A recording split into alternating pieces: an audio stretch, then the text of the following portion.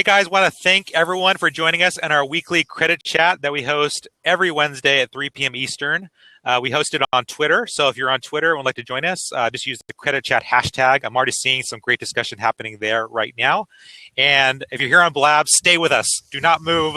We're very grateful to have you joining us here on Blab and very, very excited about our wonderful guests. First, I want to introduce Steve and Annette Economides, best-selling authors and founders of the Money Smart family. Good to see you guys. And we also have Andrew from Kasasa. He is in the house. Andrew, thanks so much for joining us. And of course, as always, we have Rod Griffin, who's our Director of Public Education. Rod is awesome, always doing an awesome job. He on social. He does, I don't know if you guys know, but Rod does a daily credit scope where he's on Periscope doing live credit Q&As every Tuesdays and Thursdays. Yeah, twice a week anyway. Not twice quite a week, daily. yeah. That's right. And he's just doing a great job. So it's been great watching Rod on Periscope, and he's doing awesome work. And in fact, right before this Blab, we just did a quick Periscope letting everyone know about this particular one. So some people like Ma Steph, who just joined us, she was from our Periscope chat that we just had about 10 minutes ago. So anyways, for those that are new to Blab, I want to let you know that there's a couple of ways you can interact with us. First of all, we would love to hear from you. So if you would like to ask a question from our panelists, just kind of raise your hand. You can type something in the right-hand sidebar. I'm going to type something that says hello right now. Let's see. So I'm typing in hello. So if you guys have any questions, feel free to type in your questions there. If you guys would like to pop in and say hi to introduce yourself to Andrew from Kasasa or to say hi to Steve and Annette, welcome you to join us.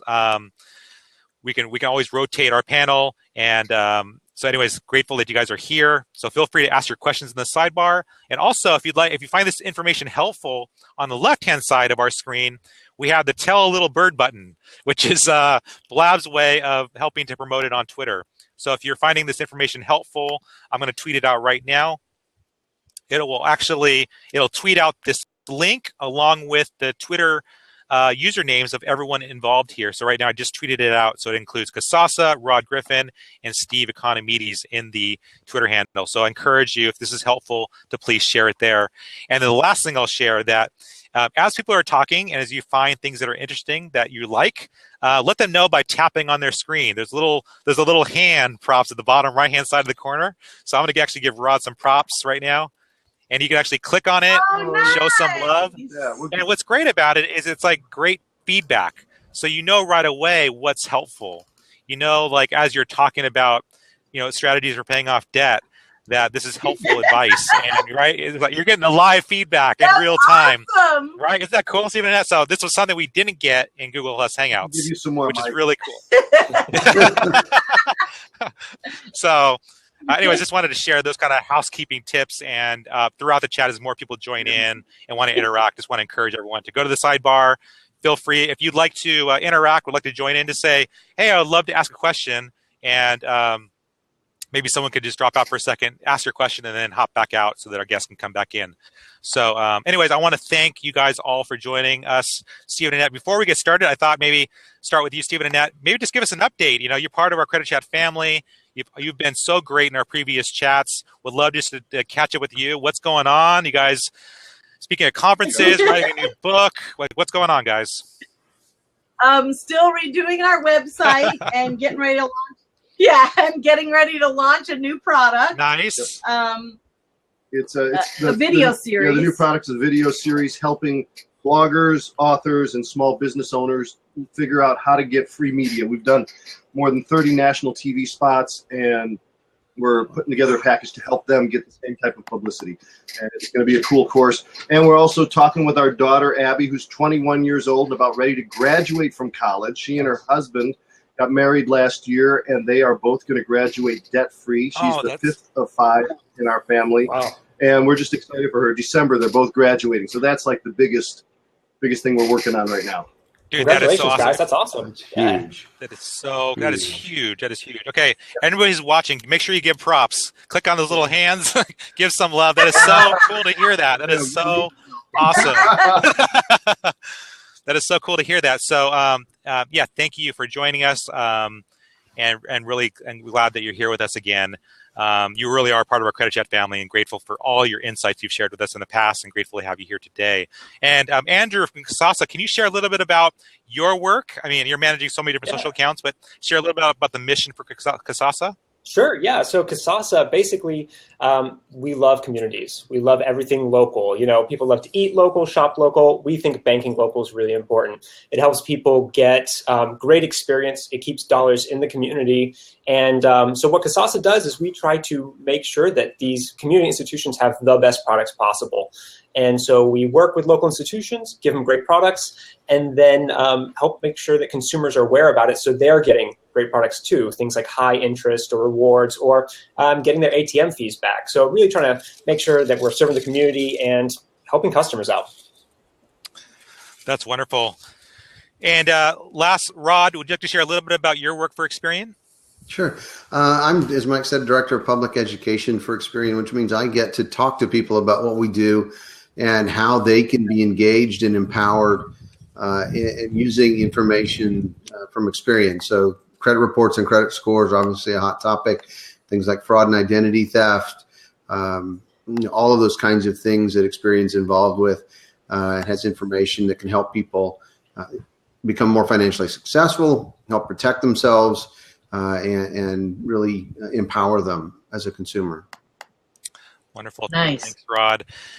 So just got this wonderful question I just saw. And Steve, you are on it, man. You are already interacting on Blab. This is so cool. John Wake just sent out the question about resources, websites. He says, can you recommend 3 blogs? And I'll add to that, resources, books, to help my millennial son get up to speed on personal finance. He was living hand to mouth, but got a promotion and may be able to start to establish economically. Maybe let's start off with that, about just the millennials, these kids coming up, trying to get up to speed. You know, it doesn't have to be a blog.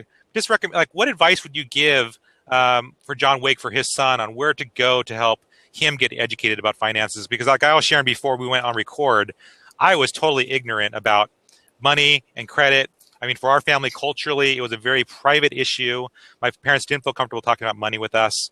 And so the very first time I even knew what a credit report was like when I was 18 getting a truck. So I was totally not educated. So maybe Steve and Annette, we'll start with you. What advice would you give John Wake? I would say, you know, if you've never had conversations about this before, it's time to sit down and have them. And it may need to be the parents leading and the parents doing some of the research and saying, look, we've done some research and these are some of the options you have to pay for college. You can go to the community college. You can do CLEP testing. You can, we can go meet with an advisor at the nearby college you're interested in. But you're talking about somebody here who's got a job. He's working. He just got a promotion.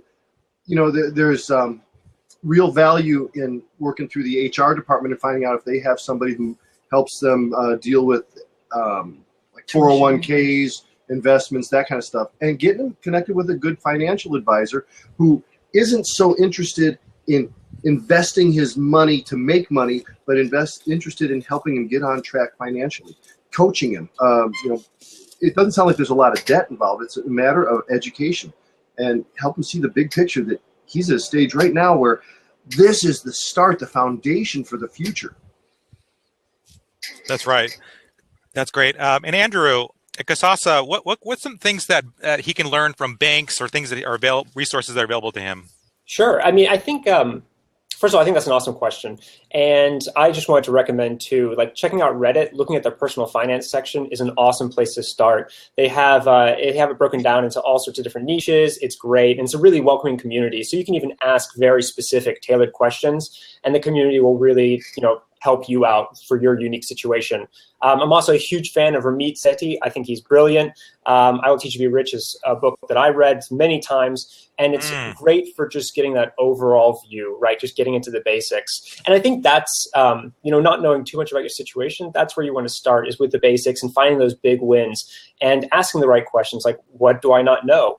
From Kasasa's perspective, you know, again, that community institution, there's a lot of resources that these communities will do that people don't know about. In fact, most of them are mandated to have some sort of financial literacy or education program.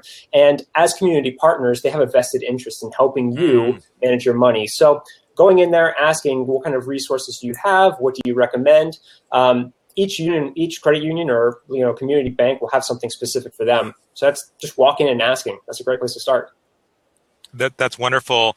Rod, for John Wake's question, what advice would you give him to help educate his son around credit and what he should know about credit? Yeah, being new in the workforce, obviously, and also probably carrying college debt, it sounds like, it's funny. The advice I always have is pretty simple. One, get the credit report. It seems obvious.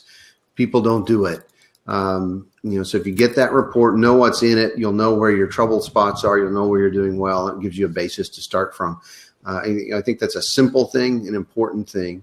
If you're having issues or concerned about repaying your debts, there's a lot of different approaches to managing debt, repaying debt. We talked about, I think you and I just had a sort of around the other day. We were both looking at and talking about what do you start with? Where do you begin? Do you start with the highest interest rate or the lowest balance, or what do you start with? And from my perspective, I really don't care which one you pick. You just pick one and start. You have to do something and make it work for you. But knowing what's in the credit report's kind of key, and get a credit score and use those factors. That to me are the two most important things from our world that you can do. That's wonderful. Stephen and Annette, today's topic is smart ways to pay for college, and you guys have done a wonderful job raising your kids, and it's so awesome to hear how your kids have gone through college and are debt free. Can you talk a little bit about how you raise them to be smart about money, to resist the temptation to be in debt? What advice do you give to parents to raise kids in a way? Because we were talking about before we were recording, we were talking about how, our mission here is to help people get out of debt. We don't want anybody to be in debt. And obviously you've done a really wonderful job raising your kids. Can you share some advice to parents who are, maybe they're raising teenagers and want to help them get educated around money to stay out of debt as they prepare for college? I was going to say, the sooner you start talking about it with your kids, the better. Let them know that you're expecting them to go to college. Let them know that you're going to be available as a resource to help them.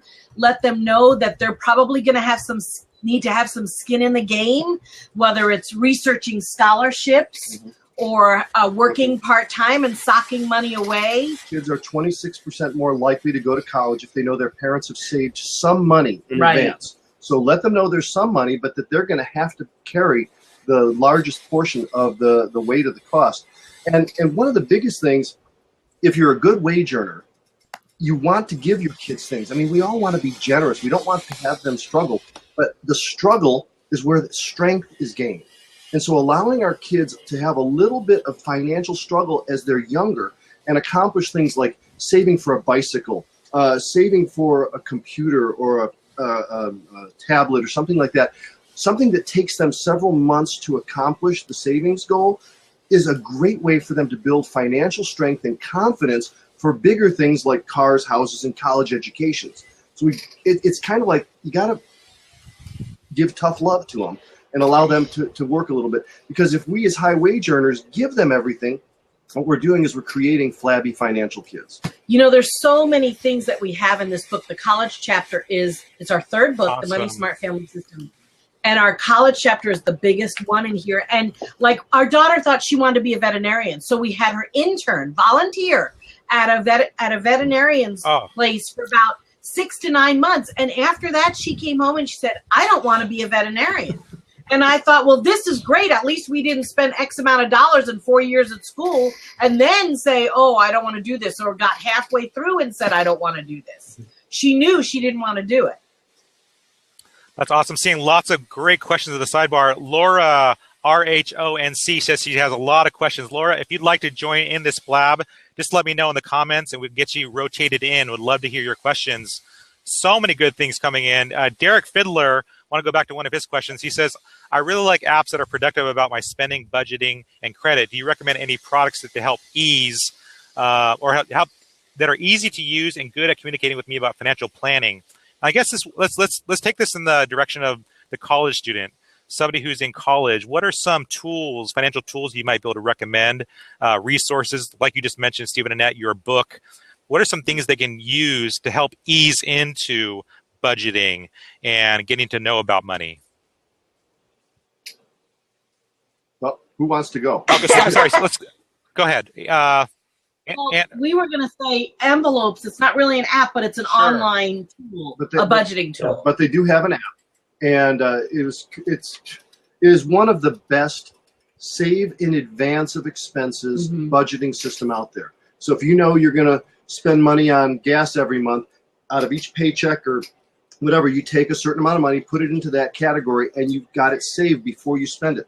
Most other budgeting programs track your spending after you've spent it. And we like the proactive approach, saving in advance. I know this may sound silly, but I think young adults that are getting ready to head off to college need to have experience with a checking account, a debit card, a credit card.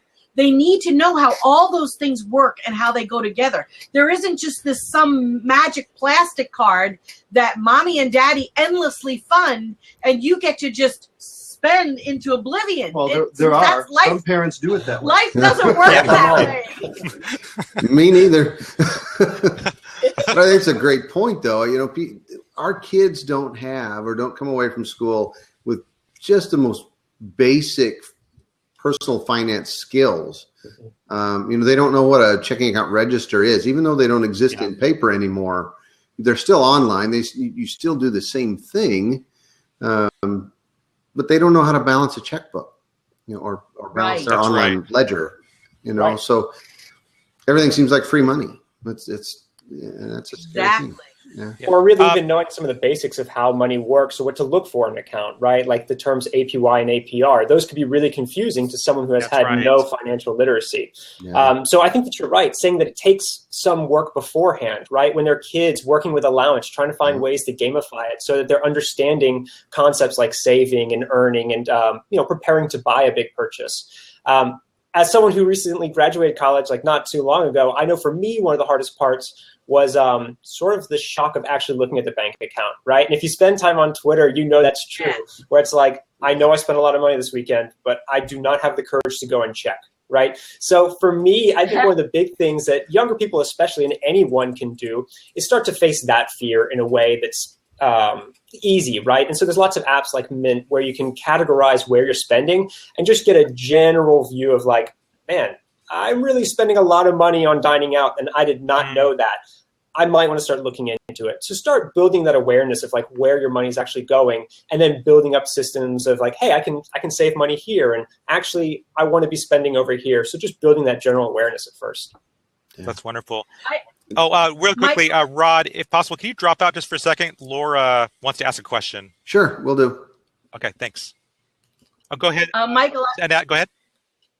I was just going to say it's so important for kids to understand, too, that the balance in the checkbook is not the money that you have to spend. You know, we've taught our kids budgeting from a very young age. So they know that the amount in the checkbook is the sum total of all their different categories that they have for spending. So they don't go crazy. They don't bounce checks. They don't have negative balances. They understand that there's a certain amount set aside for recreational purposes. I can't hear anything. Hi, Laura. Hey, Laura, we can hear you. Okay, can you hear us? Hi, yeah, I can. Okay, wonderful. Annette, go ahead. I have twin 17-year-olds, and they'll be starting college in 2 years. And a 3-year-old that you'll hear in the background. Love it. The twins, I have one who wants to go to a 4-year college, and the other one who wants to go to a 2-year community college. Yeah. And so he'll start off life in debt, less debt. And because they'll have to take out student loans for the majority of their college experience. And Eddie, sorry, 3-year-old. My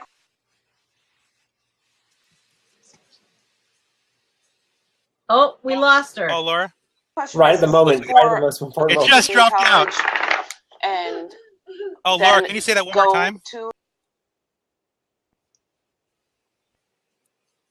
Laura, there's so much we can say. Oh, yeah. Laura, are you still there? Can you say that one more time? We lost you.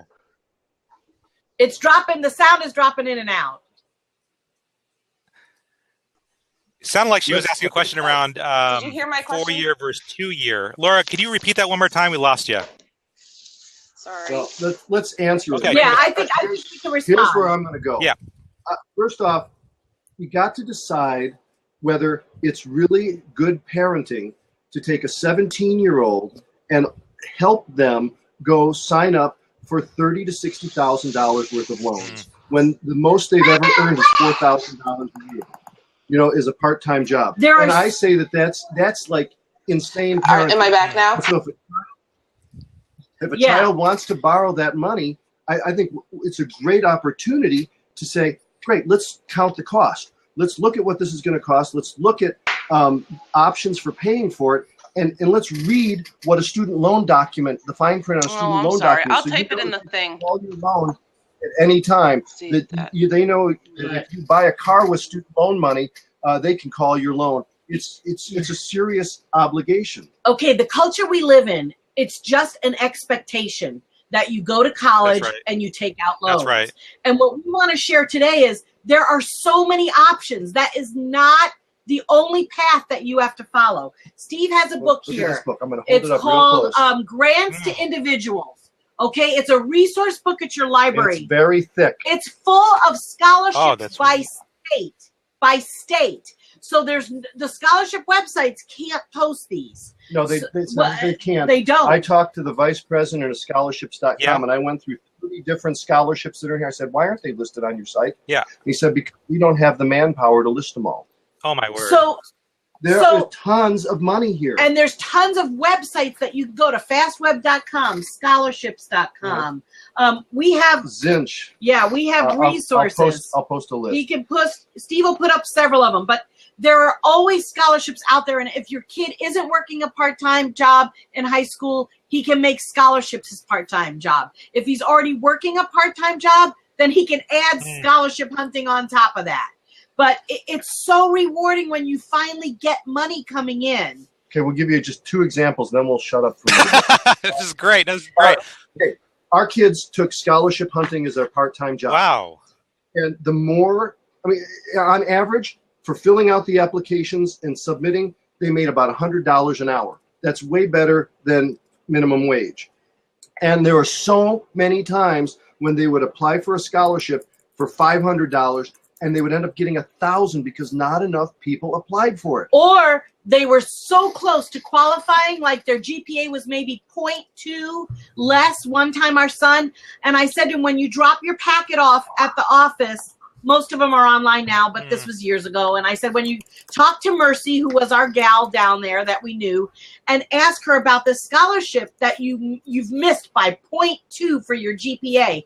And he did. And she said, oh, please apply for that. We didn't get anybody applying for it, so we had to drop the GPA on that. So he got another $1,000 just for asking.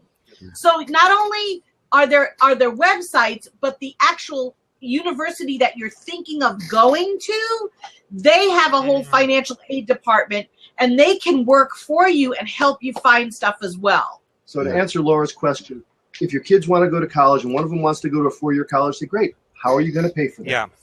And then help them understand the severity of the loan situation. There are so many articles out there. Help educate them. Another thing is, if you go to a 4-year college and it's in your state, and you don't have to live on campus. If you live at home at least the first 2 years, that's going to save you $6,000 a year just for living at home. Yeah. Oh, that's awesome. I think that's how the challenge kids have, and I think that's something I'm hearing a lot more about is community college is not a bad place to start. And I love when I was typing while you were talking about the expectations. So I said, my parents expected me to go to college. They had no expectation they were going to pay for all of it. So, and they didn't. They helped where they could, but I went through the same thing we all talk about. You work part-time jobs. You work. You what you have to do. You take out student loans and repaid them, but figured out how to do that. But the notion of going to a community college is hard for some of the kids to get around. So I think sometimes it's the not being their friend, being their parent situation. That's a hard thing to do. I have nieces now that are not going to community college, and my sister's going to struggle, I think, because they've chosen some very expensive schools. They're smart girls. They'll be fine. Remember that ad slogan, "You can pay me now or you can pay me later"? Yep. I mean, that's what we're talking about. Right. Yeah. Right? Right. I mean, you have to go to a 2-year college because you can't afford it. Oh, that's suffering. But the difference in cost, getting an AA degree from a 2-year school and then transferring to a 4-year school, save you $60,000. Well, And nobody ever looks at a 4-year degree and says, where did you go for the first 2 years? I think that you don't even think of it like an either-or situation, though. Yeah. I mean, I know so many people who would be at a 4-year college, and then during the summers or winter, they would go and they take like a gen ed at a community college. And that's a great way to cut down on those costs. And I think the big deal, too, is that a lot of people, younger kids, is going into college. A big number, like $60,000, is fiction. Wow. That doesn't mean anything, right? Like, wow. It's really hard to imagine. And then what interest is going to do to that and how long it's actually going to take. So what are you really paying for this class if you're making the minimum payments? That's a fictional concept, and it's really, really hard to grasp. So trying to distill that and then saying, look, at this community college, you're paying blank for English class. At this 4-year college, you're paying this much. Then it becomes this price shopping comparison thing, and it's really, really easy to make those sort of decisions. Another thing parents can do is they can encourage, especially if their kids can juggle balls, which they need to start doing when they're in high school. Yes. They can start doing some CLEP testing and Dante's. They can take AP classes. Does everybody know what CLEP testing is? CLEP testing, no. CLEP testing is you read a book on a particular subject, you take a test, you get college credit. Oh. Usually it's 3 credits for about $83. Wow. That's Seriously. huge. Colleges, it is. Some colleges will say there are 33 CLEP tests out there. They will only take 11 towards your graduation. But it depends on the college. Wow. Right. $83. There's also Dante's testing, which are designed for military people. It's defense activity for non-traditional education support. About the same price. There's a woman we met at a conference where we were speaking who created a program called Dual Credit at Home. Her son graduated a 4-year degree in 22 months for $3,000 by doing Dante's and CLEP, and all the credits counted at Charter Oak College. It's a blog entry at moneysmartfamily.com. Just search for it. I'll post it. Great, yes. But it's amazing. It's just thinking different. It's thinking smarter. It's thinking different. It's thinking financial, living within our means. And this kid is now the assistant DA in a county in Houston, Texas. Wow. Because he went and got his law degree afterwards. Also, think about like junior ROTC, because in college, you can sign up for ROTC and they'll pay for your whole college education. Or think in terms of tuition reimbursement. Have a job like QT, the convenience. Quick Trip convenience store. If you work for them, you get up to $2,000 per semester in tuition reimbursement. There's tons of companies out there that will give you tuition reimbursement. Some of them require you to have a specific major, like say it's business or education, but some of them don't have any qualifying criteria. So I would look for those part-time jobs in high school that might have those things. I'm going to post another list. The link in a minute. Awesome. My computer gets moving. It'll give you reimbursement. Yeah, back to the testing. There are, or at least back to my experience. So I'm dating myself a bit, so maybe not the case, but there are in some schools you can test out of courses, so you don't have to take the remedial course. You don't have to take the prereq for another course, which can save you time and money as well, just as part of the course. So go ahead and take the test, show you have the knowledge, and you can move on without having to spend time and money in that course. So, and there are some high schools that provide AP classes, advanced placement classes, or dual enrollment, and the school districts pay for the classes and the tests. I mean, our kids graduated high school with 30 credit hours towards college because of some of the things we did with dual enrollment, and that cut 1 year off their college education. Right. I have a friend whose daughter graduated as a junior, so in college at a 4-year university. So, yeah, it's wonderful. There is also loan forgiveness. Loan forgiveness. I know there's so many things to fit in here. I don't know how to fit it all. This is great. Loan forgiveness is when, like, you go to your 4-year university. Oh my gosh, you've graduated. What now? You have all this debt. Well, you can be in the National Guard, and you can do a 3-year service with them, and they'll pay off X amount of dollars of your school loans every year. We knew a doctor that graduated with, of course, epic amounts of loans, and if they went and served in a impoverished area, they got loan forgiveness. They were given loan forgiveness. I'm trying to think of who else we know. Teachers. Teachers. We know a gal who graduated, friends with our daughters. She graduated college with a special ed degree, worked in elementary special ed, and went through a loan forgiveness program, had all her college loans paid off. So, just saying, I'm going to school and I'm going to end up with $30,000 in loans. No, we've got to think differently. Yeah, totally. Hey, Rod, Douglas wanted to jump in your seat just for a second. Is that okay? Yep, you got it. Okay, cool. And those that are watching, I'm loving all the conversation. Want to let you know, if you're new to Blab, on the right-hand sidebar, there is a way for you to ask questions. If you'd like to jump in, just leave us a note you'd like to jump in. Douglas is now joining our Blab. Thank you so much for joining. And then also, on the left-hand sidebar, Tell a Little Bird. If you click on that right now, it'll actually tweet out that Douglas is now part of this Blab. So I'm tweeting that out right now. First of all, give props to everybody here. I'm giving mad props right now to Money Smart Family and Kasasa. Awesome tips. And Douglas, I saw your comments about Coursera and just things you were saying about college. One of you to kind of just echo, because I love what you were saying about Coursera and the things, other options available. Yeah, can you hear me first of all? Yeah, I can hear you great. Awesome. So I think all of you guys are just killing it right now. This is actually one of the best conversations about college. I'll try not to bring it to like a philosophical space where like what is the university? Take it there. What is this? Is it a government? Actually, this came from is one of the professors or someone who's leading up the education program at Stanford gave a presentation here in New York City at this. It's a startup called Noodle. They put a lot of financial literacy stuff out there. Maybe you've heard of them.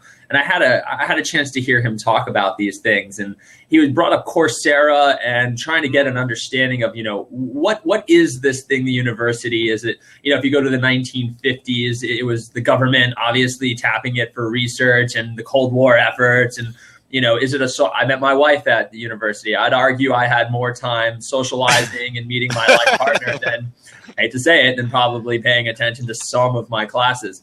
But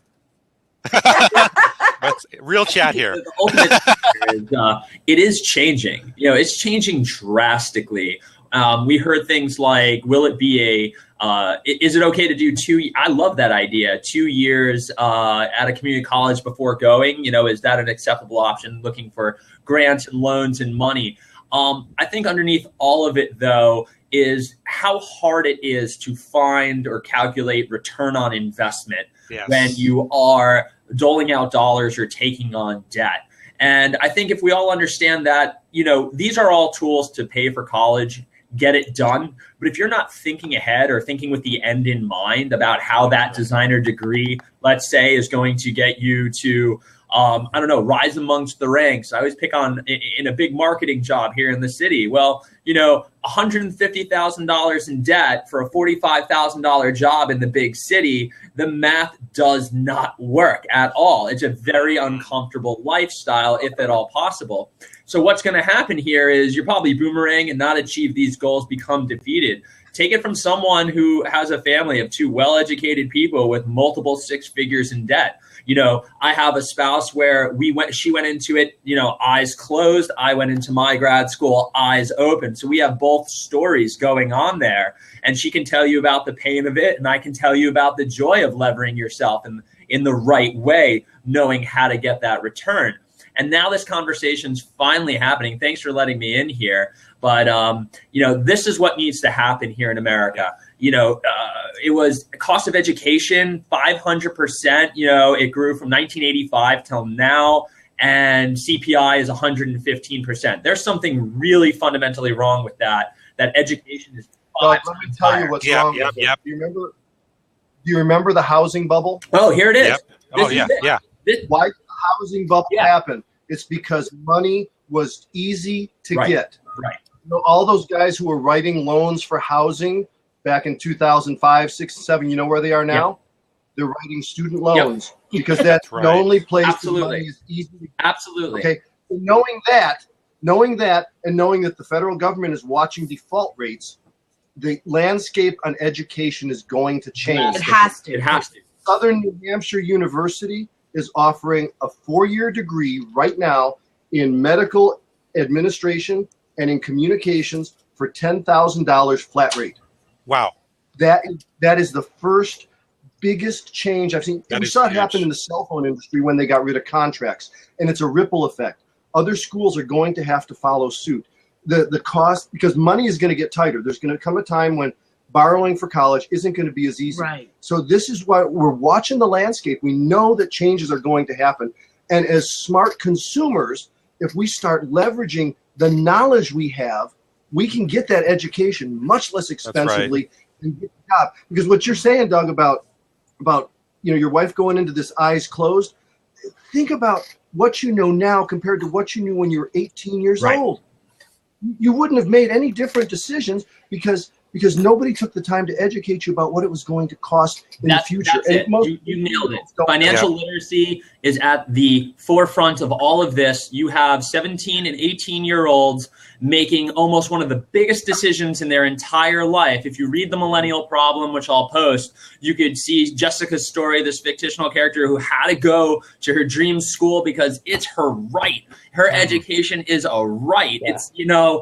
It's still a privilege. When my parents went, it was a privilege, but today it's a right, and nothing was going to stop Jessica from, taking out $80,000 for only what could be described as the best years of her life. And it's actually doing her a big disservice. So financial literacy in the classroom is the cure-all here. Teach these lessons, get that done, and it would dictate that the educational institutions have to change. Because one thing that's not being said here, and that came out of that meeting I was at, was how, you take the elite institutions, they're not going to go anywhere. You think Harvard, Yale, Princeton, Stanford's going anywhere? Their endowments are going to grow. People still view those degrees, and there's nothing wrong with that. If your child can go there and get that education and get an ROI on that, they're going to tap an amazing alumni base and be very well off. And he called that an insurance policy. There is some insurance here knowing that you've received some kind of pedigree. I did that with my grad school, knowing that in my profession, I'd go toe-to-toe with any other person in finance. I'm not going to be outsmarted or out-pedigreed. Those facts are true here, but I kind of think of an example where if sitting before me was a candidate for an analyst or an associate role in my firm, and I was looking at their resume and it said 2 years community college before going to the school of their choice, and I asked them, well, why or how, tell me about this story here. And they're like, well, I looked at the equation for the cost of education. It didn't make sense. I chose to go this way. And look, I'm still sitting before you today. This is my dream job. I'm hiring that person in a minute because I would have said to myself, this person had the foresight at 17 years of age to realize what their economic situation was going to look like from 18 to 22. I mean, we should hire people like that. That's the smart candidate. Doug, just mentioned the price of Harvard. We'll start to see that. Yeah. You mentioned the price of Harvard, and I'm going to post an article that talks about universities that don't charge tuition. And this is a list of about 20 of them. Harvard, if you qualify, you have to be in the top 5% of education students or students. If you earn less than $60,000, you'll pay no tuition. But there are other schools like College of the Ozarks. They call it Hard Work U. No tuition. You have to pay for room and board. Berea College, Curtis Institute of Music, Webb Institute. These are all in this article. There are places to go. We need to open the door to the possibilities and stop thinking that debt is the only option because it's not. No.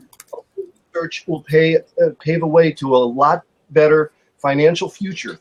And, honestly, we think about a 17 or 18-year-old signing up to borrow $60,000, that's like the average homeowner earning $50,000 a year being given a loan for about $700,000. Yeah. Yep. Nobody in their right mind would lend them the money. Yep. But we've got guys in suits who are putting together the banking rules and lobbying Congress with the laws so that none of these debts can be discharged. They shouldn't be discharged. You should pay what you owe. But it's taking our children and binding them into contracts that's going to screw up the rest of their lives. And I'm ticked about it. Yeah, you should be. You should be absolutely pissed off about that. And the bubble will break. It takes an entire generation to amass $1.2 trillion in debt. Something will give. Something has to give here. I'm not looking for handouts here. I've managed to plan around that, which is great. But, this is going to be, excuse me, this is going to be a big conversation. That's right. I'm looking forward to seeing how it's going to pan out. But look at the stats. You have birth rates at an all-time low. I don't see how the housing market's going to pick up until such time as millennials can start buying homes. The challenges that this generation, my generation, is facing, I'll speak for myself here. The payment I make every month in student loans is a nice mortgage, by anyone's standard. And that's crazy. Again, fortunate enough to leverage that into careers, but that is atypical. And that's the problem. The fact that it should be typical that you could borrow, pay for school or finance school in a way and easily be able to see how you will get the return and be able to make that payment. And that's not the case. I think it's Michael, sorry. the average, I'm sorry, Andrew. I was going to say, if you look at average college students, you look at a husband and wife, and they each come out with $30,000 in debt, and then they have a $10,000 car loan, which is kind of cheap. Yep. You're talking about a young couple starting out with $80,000 in Triple debt. it. I've seen quadruple that. Well, most of the time, though, that marriage ends within 7 years from the financial stress of that scenario. Not to mention they can't afford a house. And you've kids. Alluded to that. So, Andrew, what were you going to say? I was just going to say that I think you're right about talking about ROI, and bringing it back to people who are looking at college or trying to make these decisions. Right. Douglas, you were saying about hiring someone, right? And if someone had said, this was the reason why I chose to do this, you'd hire them on the spot, because that shows a great type of thinking. As someone who has 2 degrees in music and has now been working in social media for 10 years, and I look around my millennial friends, so many of us are not using our degrees. We're just not using what we majored in, right? Life takes you in funny ways, and you just go. So unless you're getting the pedigree or the connections that come out of a specific university, does the price really make sense? And then talking about sort of the new education, right, where you're going to be looking at, or employers are looking at what experiences you have, what you've actually done, and what you can bring to their organization. And so I think Coursera, which is a free option, is an awesome way to go. Yep. Looking at things like Udacity, that's another great one where you can learn data science, which is one of the most up-and-coming professions for like $100, right? I mean, it just doesn't make sense to invest too much in college or overpay for it. And I think we have this situation where colleges are like brands, and they're competing for dollars, and they're competing for this money that's just out there. And so the price is going up and the value is kind of out there. It doesn't really make a whole lot of sense. So I think really using tools like Glassdoor to anticipate what you can earn in this career, if you can stay in it, and really trying to determine the value of the degree is really important before you make that call. Yeah. Before we move on, I want to just a couple of housekeeping things. This conversation is awesome. I changed the name of the blab. It's now The Problem with College Debt and ROI. So if you can, if this is helpful, tweet the little bird, tell a little bird, so we can get out the new topic out to our people that are following us. And I just see a note here from D Hancock 110, who says, "My wife and I are 30 years old. Our student loan debt is so prohibitive that we've been forced to rent a home for the last 5 years. Would love your advice for them. What tips, advice would you give them that are right now in the situation?" Well, once again, we're going to talk about those loan forgiveness programs. Maybe he needs to think about being in the National Guard for a little bit of time. But I would also say, before you make any drastic changes, the centerpiece for any financial stability in anybody's life is having a money management system. Right. And I know people get weirded out by the word budget, and budget in our minds is like grabbing a whip and putting on Indiana Jones hat, and we're going to take territory, because a budget is what gives us power and lets us go places nobody else could ever go. Right. Without a budget, without a plan for your money, you're not going to ever get out of debt. Right. So I'm looking at this and I go, D. Hancock, get on a budget, Right. make a commitment that you're going to cut all of their expenses and pay off that debt in the next 2 to 3 years, and do it. Even Just if do it. even if it means taking a second job, Yeah. Yeah. you know, sometimes you have to work jobs.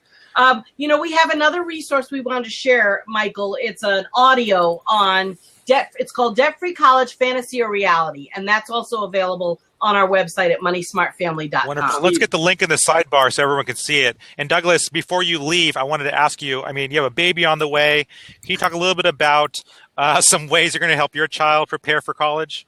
Oh my goodness. Well, I think by the time my daughter goes to college or my kids go to college, it's going to be just a completely different landscape altogether. I think we're touching on a lot of the things that could happen out of that.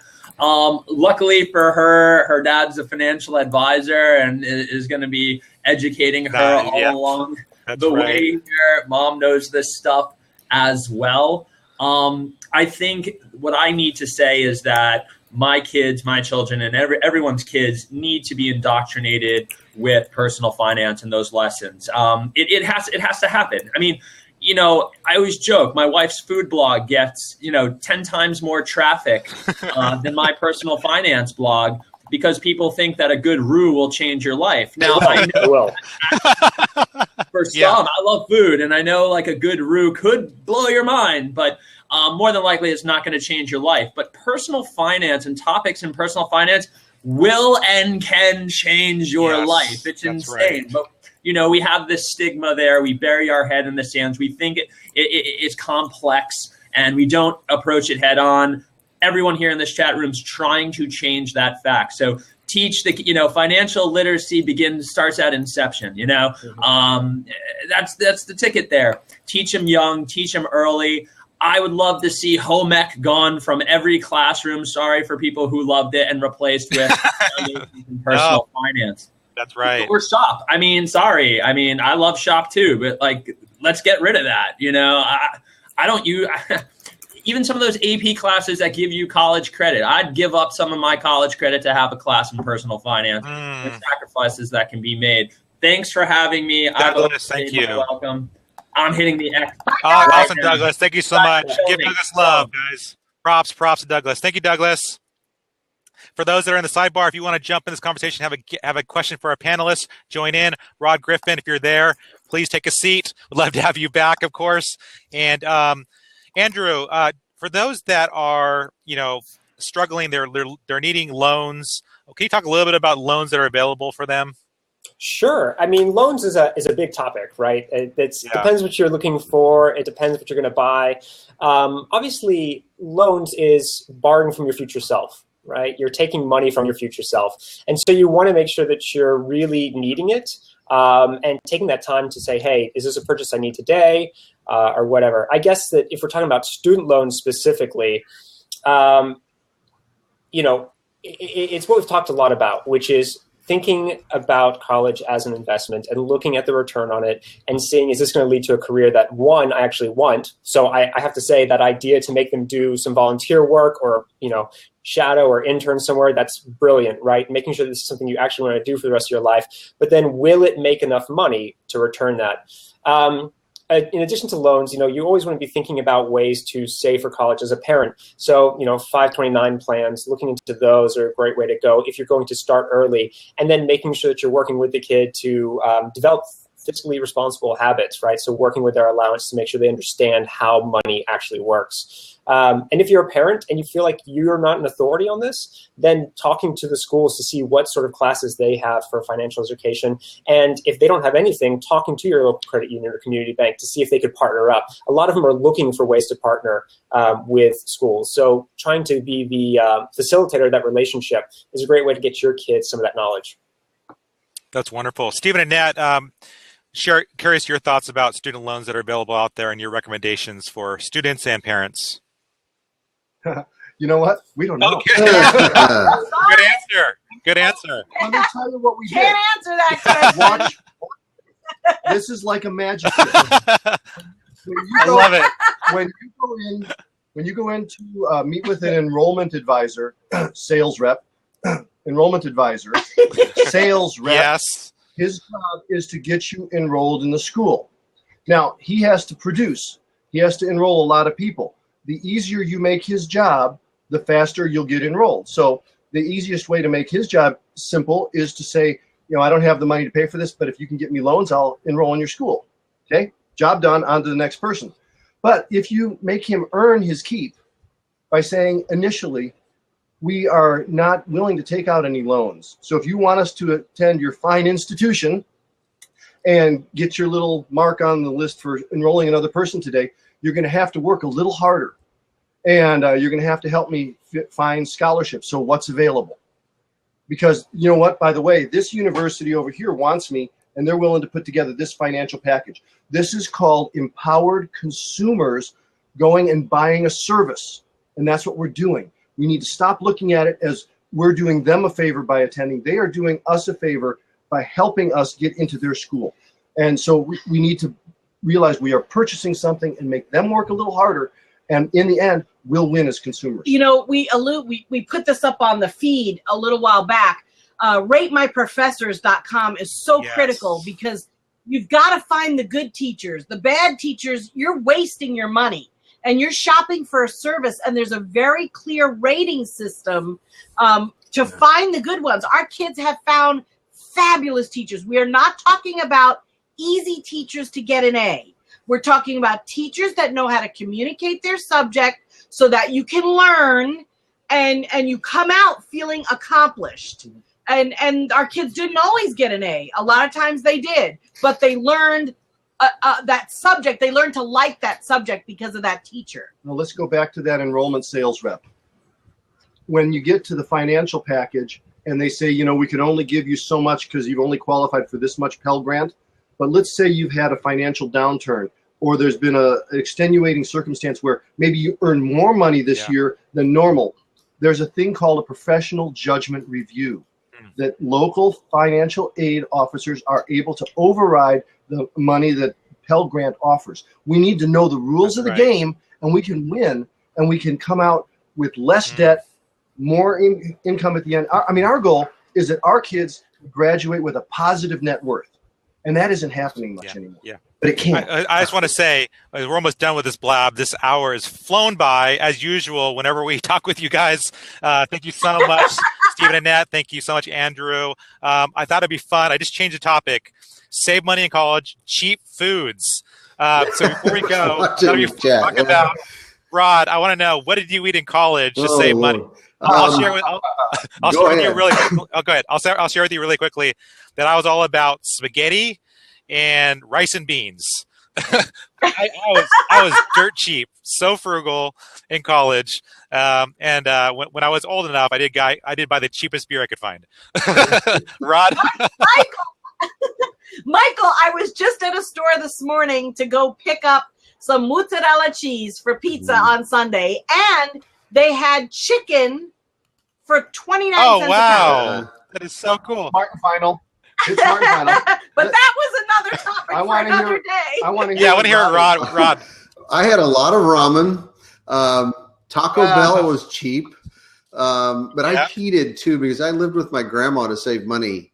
But we discovered here's the other funny thing.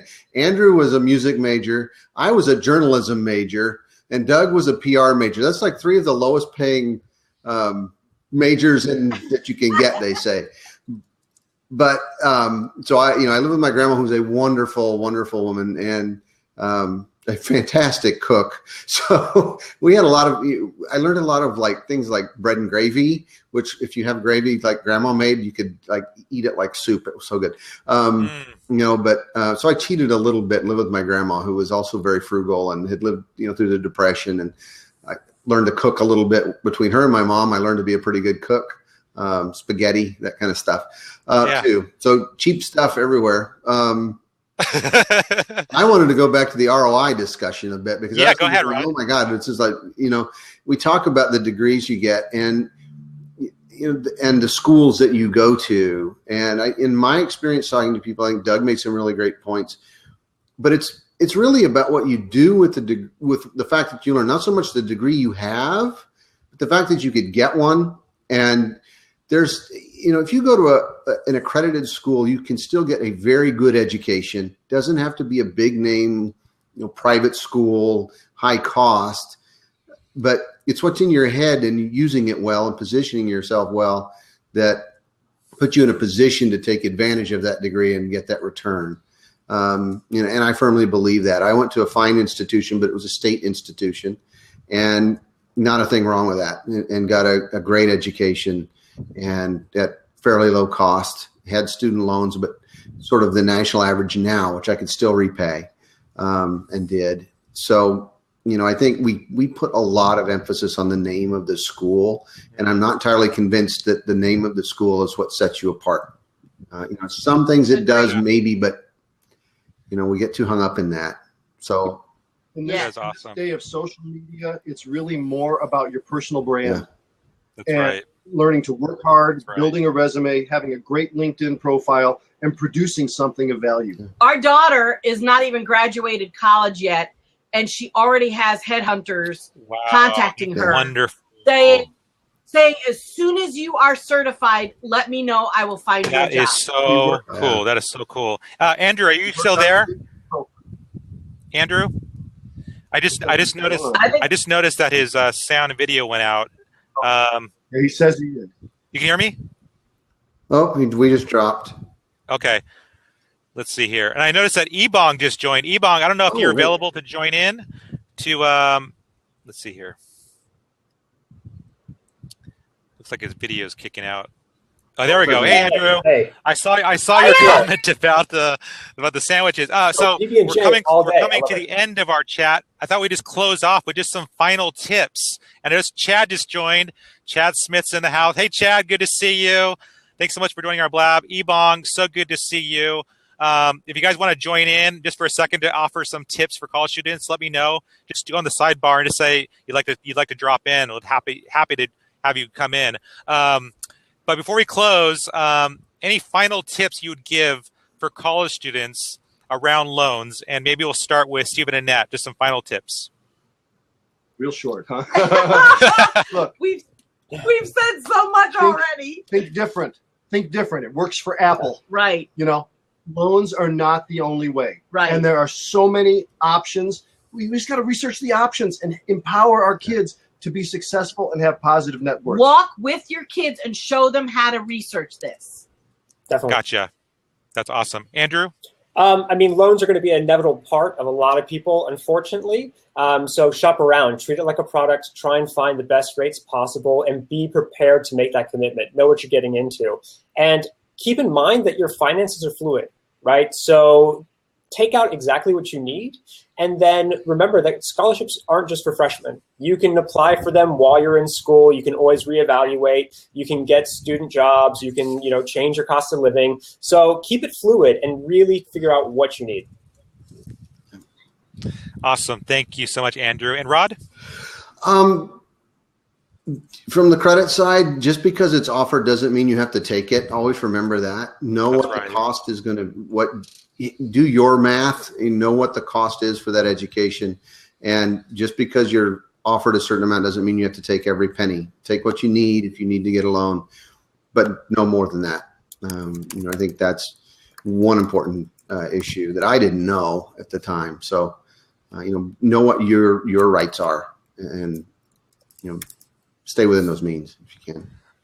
Wonderful. Well, I want to thank you guys all for your time today. This has been an awesome discussion. Obviously, I'm looking at all the questions coming in. It's been wonderful having you guys all answering questions from the community. Obviously, this is a hot topic. I love talking with you guys about college debt and ROI, how to avoid debt. So, Stephen and Nat, thank you so much. Before we leave, can you share a little bit more about your website, your work, and where people can learn more about you? Sure. We've got books. We've got audio products. We have a budgeting system, and you can find us on moneysmartfamily.com. We're also on Twitter, Pinterest. We have a blog and Facebook. We have a great group of friends on Facebook. We'll be in Kansas City next April. Speaking at a big conference. We're going to be in Louisiana in April as well. We have a speaker page that we've got all our speaking gigs. That is awesome. And Andrew, do you want to talk a little bit about Kasasa? People can learn more? Sure. You can learn more about Kasasa accounts at kasasa.com. And you can start finding an account at places like Deposit Accounts or NerdWallet. Wonderful. And notice Douglas Bonaparte, who was joining our chat a little bit earlier, he just posted a slide deck. He actually has a really, really cool slide deck about the millennial problem. And so make sure you check it out. It's in the sidebar there. So make sure to click on Douglas Bonaparte's slide deck to see it there. And the solution. Thank you, Douglas. And the solution. That's key. Thank you. And Rod Griffin, can you share a little bit more about your work and how people can find you online? Yeah, sure. And with Experian, so Experian.com, and Mike drags me into all sorts of social media things. So he forgets to tell me I should be nervous or afraid of something. So I just jump in and then find out later. I should have been terrified. Probably Blab is one of those things. But we're on Periscope every Tuesday and Thursday. I'm answering questions at 1:30 Central Time. So jump in on Periscope and Experian.com at the credit chats. A number of other places. So, and I want to know where you are, Michael. You look like you're at the Marriott. Yeah. So we've had like firewall issues, and so decided just to go off campus. And I asked the Marriott. That is weird. Okay. I asked the help desk. I was like, "Hey, can I pay for Wi-Fi?" They're like, "Just use our Wi-Fi." I'm like, "Really?" They're like, "Yeah." Like, okay. So I bought a nice tea, and. So thankful for that, for Marriott, for letting me use their Wi-Fi for this blab. So anyways, I want to thank everyone for being part of this. I want to let everyone know that if you'd like to see the replay of this, you can always come back to this page. The short URL is just ex.pn/collegeblab. And in the sidebar, there has been wonderful conversation happening during this blab. Tons of resources, so make sure that you check out everything that Kasasa was messaging out. Check out all the links that Kasasa was doing, as well as Steve and Annette. They were commenting and responding back to people, sharing great tips and great links. So make sure that you go through there and check them out. And I want to remind everyone that Rod Griffin is here every Wednesday at 3 p.m. Eastern as we have these conversations around money and credit and things that matter to all of us. And just grateful for everyone for joining in, and we look forward to chatting with you guys all next Wednesday. And don't miss Rod Griffin. He'll be on Scope, on our Credit Scope tomorrow at 2:30 p.m. answering any credit questions you have. Rod Griffin gets like 300 questions like every single time he goes on Periscope. And it's a wonderful job. So if you'd like to learn more about Rod on Periscope, just go to ex.pn/creditscope, and I'll put that link in the sidebar. But I want to thank you guys all for your time today, and we look forward to talking and tweeting with you guys all next week. Awesome. Bye, guys. Bye. Bye, guys.